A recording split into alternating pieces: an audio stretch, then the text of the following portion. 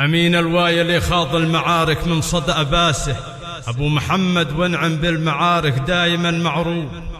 عريق الساس راعي بأس يسلم عاش لي رأسه، وتشهد له معارك ضارية قد خاضها في الجوف. عمود الفرقة الأولى وهو للجيش نبراسه، وعاش القايد الصمصام ذي ذوق عداه الخوف. وعاش القايد الصمصام ذي ذوق عداه الخوف. إهداء من عارف الحميري. أمين الوايلي خاض المعارك من صدى باسه، أبو محمد وانعم بالمعارك دايما معروف.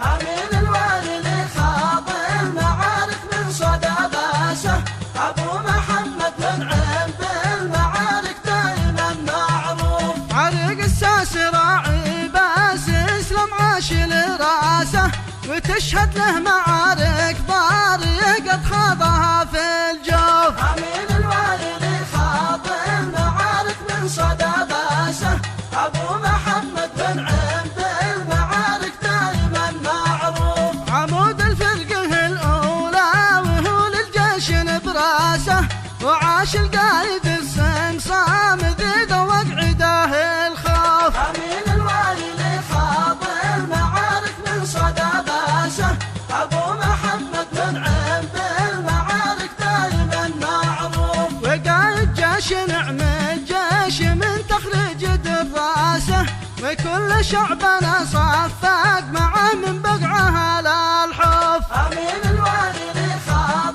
المعارك من صدى باسه، أبو محمد وانعم بالمعارك دايما معروف. ومتقدم على صنعاء ومن يتعرض اهداسه، وانا شفته بعيني قادها وتقدم الصفوف. امين الوايلي خاض المعارك من صدى باسه، ابو محمد وانعم بالمعارك دايما معروف. له التقدير والاجلال من ربعه ومن ناسه، ومثل الوايلي بايحمل شعبي على الكتوف. امين الوايلي خاض المعارك من صدى باسه، ابو محمد وانعم بالمعارك دايما معروف.